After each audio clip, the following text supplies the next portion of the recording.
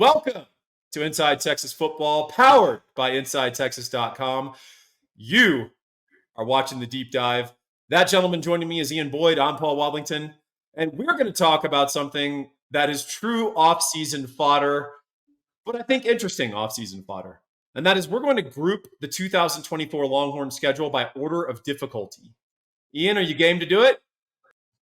I'm in. I just read your article. Everybody else use promo code IT1 to get 2 months free.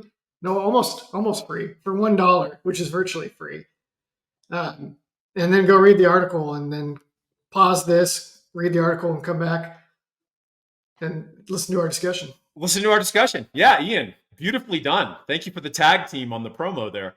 All right, so my grand theory here, and I'm welcome to all of your inputs, Ian, is that there are 4 distinct tranches of Longhorn opponent difficulty. And if you kind of break down the schedule in that way, I think there's some clarity about what the floor of the Texas 2024 season can look like. And I think there is some clarity about what the ceiling can look like. So if you agree with the general premise, let's dive in and talk about it.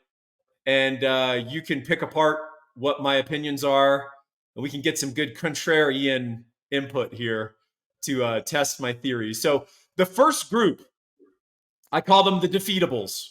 This is not a buddy movie, action movie, where all the heroes lose immediately throughout the movie and the villain wins. No, this is actually the group of teams that I think that Texas should be able to handle. And it's pretty imperative that Texas is going to reach their ambitions. They need to go 5-0 against this group. 4 of those 5 games are at home. And they do feature a couple of SEC opponents and then the majority of the non-con schedule, not including Michigan. So number 12, I have ULM, Louisiana Monroe. I've been doing some of my due diligence for my Thinking Texas Football preview, which will be coming out in early July. And Ian, ULM might be the only truly terrible football team that Texas will play in 2024. I have them at number 12. I think this would be a great opportunity to see lots of Arch Manning and perhaps even a bit of Trey Owens. Any thoughts on that? I have not yet done my due diligence on ULM, but They are usually terrible, and Texas has become pretty darn good the last couple of years, so I think we can move on. Yep, take my word for it. And then I'll just read off the rest. Number 11, Colorado State. Of course, they do travel to Austin. That's the opener in week 0, August 31st. At Vanderbilt, which will be a brutal road test for Texas. The brutality will be how many Texas fans can fit into Vanderbilt Stadium in Nashville. Number 9 is UTSA, which projects, in my opinion, to be an 8 or 9+ win team in the group of 5. But as we've talked about, there's an increasing separation between the group of 5 and Power 5 or Power 4. I need to get acclimated to the new universe. And then, of course, finally, number 8, Mississippi State. So those are what I call the Defeatables. I think if there is a team that could potentially be a little feisty for a while, I think maybe it's UTSA or Mississippi State. Frankly, Jeff Lebby outcoached the Texas defensive staff when he was at OU last year. Not so much 2 years ago, but last year certainly. But I don't think they have the guys. I don't think they have the athletes player for player. If you look at Vegas as sort of an impartial arbiter of this, Ian, they have Mississippi State projected at a 4.5 win total. So they're predicting a tough start in Starkville, even though I know both you and I like some of the things that did in the offseason with the portal. Yeah, that's kind of tough for me because I feel like that offense that, the Art Briles fear and shoot style of offense that Jeff Lebby runs, I think it kind of gives teams a high floor. But I mean, I know they're in the SEC. I haven't looked at their schedule to know the specifics, but part of me thinks that style will make it where they will hit that over. So long as they have enough, a couple gimmies and maybe some favorable home away splits on the breakdown of however their schedule worked out. And then also we both think that Blake Shapen is a pretty good quarterback. And they added a portal guy or two at receiver that are actually pretty good. Plus, that school's been coached by had been coached by Mike Leach for a few years prior. So it's not like they have to start over and be like, okay, Mississippi State roster, this is a wide receiver, Or like, hey guys, this is a jugs machine, you know? So I don't know. Part of me thinks the Mississippi State could actually be sneaky good. So the argument against them is this: we get them in Austin, which I think is useful. Yep. Also, their schedule is brutal. Right before Oh, they travel to Texas, they play Florida. The week after they play Texas, they play Georgia and then A&M. So, and they're also going to play Tennessee. Of course, they play Ole Miss in the Egg Bowl. It sets up rough for them, and even their non-con is a little sneakier than you might think. They play Eastern Kentucky. It's typical SEC scheduling. They play Arizona State, who actually projects to be quite poor. And then they play Toledo, which, if you know anything about the MAC, Toledo can play with lower to mid-tier FBS teams on a neutral field, even their field. So in any event, we're not trying to project Mississippi State's season record. I just think that they probably represent the best of the defeatables. And if you're cool with that, we can move on to what we consider to be, or I consider to be, the middle class. One more note on Mississippi State is because they run Jeff Lebby's offense, that's going to be a preview for how Texas may be looking to defend it like a week or two later in the Red River Shootout, which is for us will either give us, take some antacids or maybe we'll feel confident.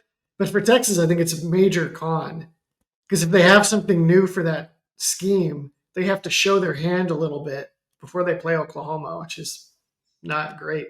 Yeah, they may choose to hold it back. They may choose to run it and get some reps in it and challenge Oklahoma. Hey, that's what I would do. Solve it. I think actually it's good to see an offense, a scaled down version, before you face the real version. I don't think that ever hurts you because you actually are the ultimate arbiter of the decision maker on what you want to show or reveal against it. Do you want to get reps running this new novel dime defense that we install?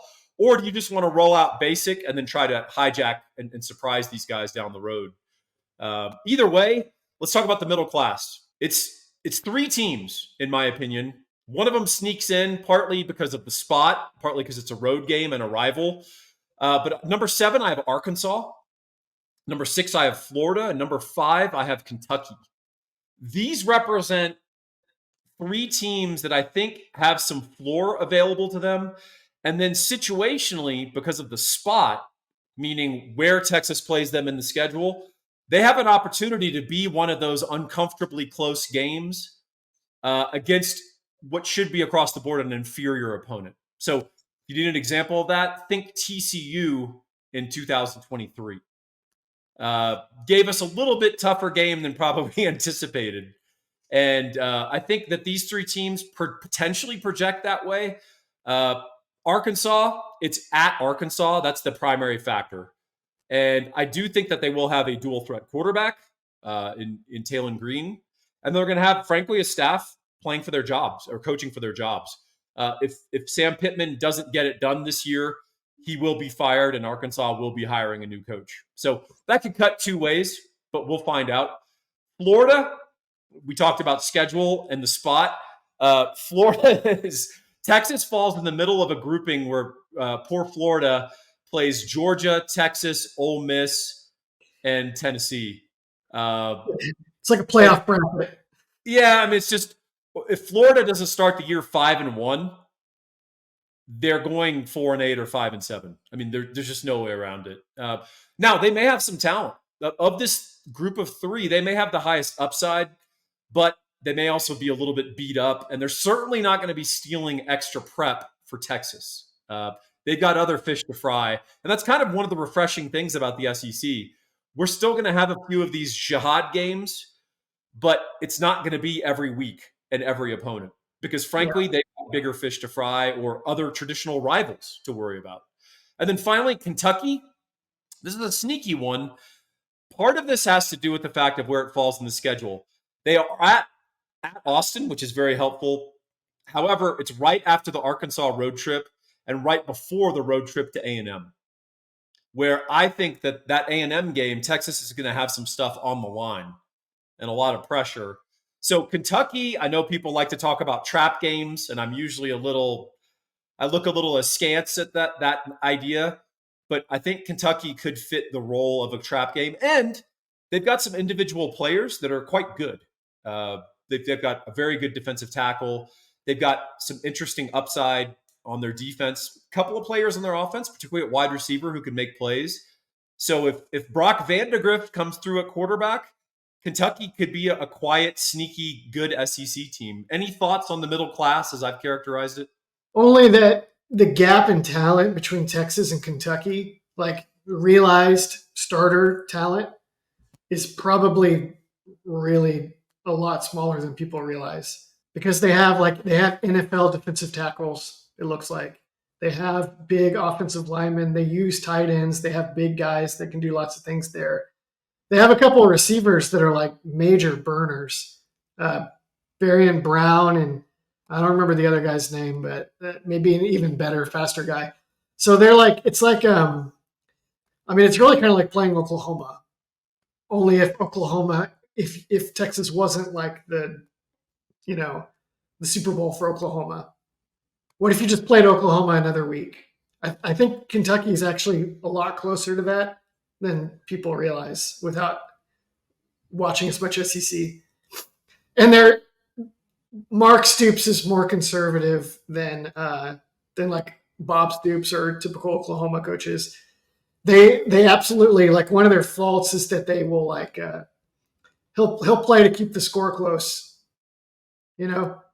He's almost treating it like an NFL job, which the SEC kind of is akin to that, where the gaps in talent aren't that big, but as long as you're within a certain point range, then it's like, well, I can affirm that. I have seen Mark Stoops. So he's been very successful at Kentucky from a macro perspective.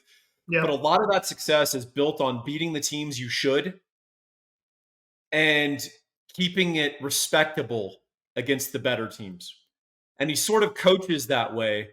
Whereas I think, what makes a Brent Venables dangerous, and we're going to talk about that, a little foreshadowing, is that he'll endorse an asymmetrical strategy that might get him blown out, but he thinks that's the best way to possibly upset a superior team. Mark Stoops will never do that. Bob Stoops would do that. Mark Stoops won't. And so that can lead to some frustration, but the floor at Kentucky is pretty good and it's set. And that's why Mark Stoops is, one of the most successful coaches they've ever had. Of course, Paul Bear Bryant coached there back in the day, but also why he was almost hired to be the A&M coach. People have already forgotten that one, right? So that's the middle class. However, I want to talk about the elite class of mortgage brokers. I want to talk about a guy named Gabe Winslow. You can reach him at 832-557-1095. He's happy to help serve the middle class in their hope of the fulfillment of the American dream in buying and purchasing a home. But you need the right guy in your corner more than ever, frankly, with interest rates a bit in flux. And frankly, the housing market has gotten a little less hot. But that does give you some interesting negotiating points. And you want a guy who's a mortgage broker who's got 70 different pathways to shop you your best rate, your best deal, rather than just go with the big bank guy who works banker's hours and has exactly one conduit for your loan. Call Gabe Winslow, find out what he can do for you. Great guy.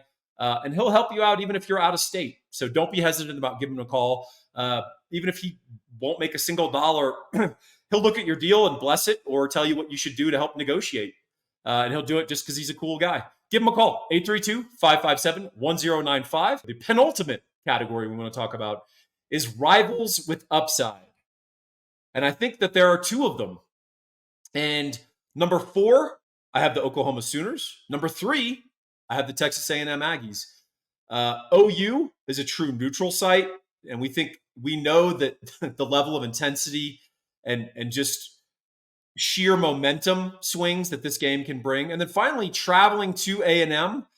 I understand Texas fans want to take jabs at little brother as they perceive it, that this won't be a big deal and that A&M is going to get another smackdown. But I think to to suggest that this game will be circled on the A&M schedule is doesn't require a lot of knowledge of the Aggie mindset, or frankly, its importance to them overall in recruiting, Elko, and all these other things that are going on. So I think both of these teams have upside. I'll give you the quick case for Oklahoma. I think what these two teams have in common is they will have at least good to potentially very good defenses. Mm-hmm. So put that aside. Their upside now is on the offensive side. Oklahoma has that potentially with Jackson Arnold. They have to completely rebuild their offensive line. Ian, do they have a coach there who has a pretty good track record of completely rebuilding an offensive line in Bill Biedenbaugh? They do. That's kind of their ace in the hole this offseason. Like whenever, Yep. that's what Oklahoma fans will say to any major critique is, well, we have Biedenbaugh, or however you say his name, so we'll probably be okay. And it's a little bit hard to argue. Yeah, it's their "we have a Hulk" response Yeah, to to Loki outlining his great plan to take over the world, and you sort of shrug and say, "We've got a Hulk," right. and then he comes out and pounds him. So that's kind of what OU fans are doing with Bill. But the truth is, the guy is not such a miracle worker that he can make diamonds out of coal in one off season. So I do think OU takes a step down there. The question is how much. They did have a change on offense. Do you think that their offensive coordinator change is a push, or do you think they're going to see a decline, or possibly an improvement? You could probably make a case for any of them. I don't really know Luttrell's history as an offensive coordinator well enough to. My guess is that they will get worse because I do think that Levy was particularly creative, and I like to say he's the better heir of that system than the actual son, Kendall Briles, who does not have a very good reputation and is not very creative. And I don't know, like we could talk about some of his failings for a while if we wanted, but Levy is definitely a really crafty offensive coordinator. They did have some like sort of quality control issues on offense last year.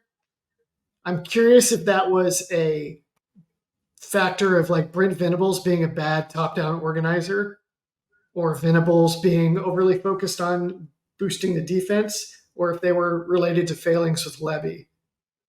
Things like you could hear like their commentators and their fans would complain about false starts by wide receivers in critical moments and just things like that, sloppy stuff.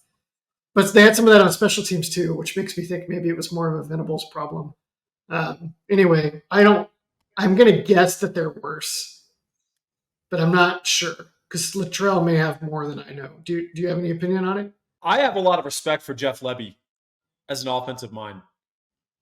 I think he game plans really well, and then I think that veer and shoot structure gives you sort of a reliable, duplicable series of plays that you can run over and over to give you some floor. And then I Yeah, think he game plans for special opponents really well. Um, the thing that I think will be interesting is how much they put on Jackson Arnold's plate, and then how much do they want to run the ball to help compensate maybe for some pass blocking deficiencies, or Jackson Arnold's, he's a young quarterback. He's going to hold on to the ball a little bit. He's going to try to make lemonade out of lemons all the time instead of just taking the sack. And so we saw a lot of that in the bowl game against Arizona. I think it would be foolish to think that that's the complete and finished Jackson Arnold product. And what we also saw, frankly, in that bowl game is Jackson Arnold made some awesome throws. So it's going to be interesting. That's why I call them a rival with upside. And that's why I do think that they are distinct from the Arkansas, Florida, and Kentucky tranche.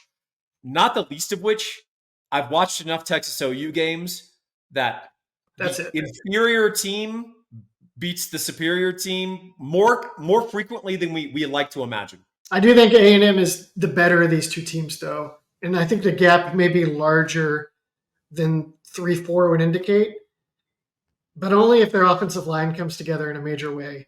And they don't have Biedenbaugh there. They have a guy who seems solid, but I don't know very well. So Yeah, I agree. I kind of like A&M um, in the sense that I think their defense will be good. I know what Elko is going to provide there. Yeah. And then offensively, I've read a lot on Colin Klein, like opinions on that hire. And I've always held a pretty high regard for that guy. Uh, I think what did it for me was at first I just thought he was sort of a blind Snyder adherent of, hey, we're going to run the quarterback, we're going to have some run game stuff, we're going to tinker with formations to get a potential deep shot. But he proved to be a little bit more than that to me, given different types of quarterback. I think he's going to do fine with Connor Wegman. We have talked about A&M and broke them down in the past. I don't think they have that elite wide receiver out there. I think they have a bunch of number twos, which in aggregate can be useful. But if you play a really good defense, are they going to be able to just shut down your passing game playing man if you can't get separation? And then can you bring the rush and put Wegman under stress? Good points. Yeah. So let me ask you, do you have any hard or strong feelings or inclinations about this list so far? We've gone through 3 major groupings. The defeatables, Texas needs to go 5-0. The middle class, Texas needs to go 3-0 if they want to realize their upside. There is some potential, maybe, if you're looking for that inferior team that upsets Texas, that is a potential in that middle class, right? And then I think the rivals with upside, I don't think it's crazy to think that Texas will go 2-0 or split. If they're going to lose one of these games, it needs to be the last one. I know a lot of people are not going to like that if you finally go back to A&M and they beat you. But they're going to play them every year now. You can't afford to lose to Oklahoma this year. You can probably afford to lose to A&M, although either one might be pretty bad because these next 2 teams are on the schedule. What's funny is OU may be same but different. And what I mean by that is they're going to have a different style. Just replacing Dylan Gabriel with Jackson Arnold changes some aspects of your offense. But in totality, this OU team may be just about as good as last year's OU team. The difference is just the schedule. Meaning OU had an incredibly favorable schedule last year and went 10-3, right? Yeah. They might be about the same team in a different way, but in aggregate, they're about the same quality of team, but they could legitimately go 7-5. Yes. And that OU fans don't want to hear that, but I could see the path to 9-3. Absolutely. But I think it's interesting in that this could be exactly the same quality of team in aggregate, and they're just going to have an inferior record because of the schedule, not because anything fell off or the coaches didn't do a decent job. So I find that interesting. And then finally, let's talk about the Champions Division. There's an interesting symmetry here that's a little pleasing here, Ian. Texas opens effectively early in the season, not an opener, but in September, on the road with the defending national champion. And then in October, they get to play the team that's unanimously, or at least consensus, projected to be the national champion in 2024. So if you want a proving ground of quality for Texas, they're going to find out in September and October where they sort of are in the college football hierarchy. Now, the story's not over there because of the new playoff system. We're going to have to get used to the idea that a 10-2 Texas is going to be a well-seeded playoff team, right? A 9-3 Texas might make the playoff, depending on the ACC, Big 12, and what Notre Dame does, right? But Michigan and Georgia are going to be a proving ground. I know I have Michigan 2 and Georgia 1. The big issue with Michigan is I know 2 things. I know they're going to have to rebuild their offensive line, which I'm somewhat optimistic they'll put out a decent product. And then they've got to find a quarterback, which I'm confident they were not going to match J.J. McCarthy in efficacy or 3rd and 8, bail us out with a good throw, J.J., right? That's the big one. So, but here's the interesting part. They're going to have an elite defense. Texas fans or anyone else watching this who's interested in college football, if you looked at the NFL draft and you saw all the guys drafted from Michigan defense and you think they're about to take a big step back, you're wrong. The guys replacing them are as good or better. And they have the best defensive tackle combo in college football. They have 2 elite guys in their secondary, along with 2 or 3 other good guys or effective guys. And they've got pass rushers galore. The only reason Junior Colson started is because he was a year older than the guy behind him. And the guy behind him is just as good. So that's Michigan. And although the quarterback is a huge question mark and something Texas should be able to exploit, Michigan's potential strength, toughness in the interior running game, and their ability to formation and do all sorts of crazy stuff in the running game, that could be our early season or even season-long weakness, right, Ian? Yep. I think they're going to be good at that. Their quarterback can run. From what I saw, their spring game, I think they will be able to rebuild the power running game dimension of the offensive line. But they were already a little bit shaky in pass protection last year at tackle. And now they're kind of starting over.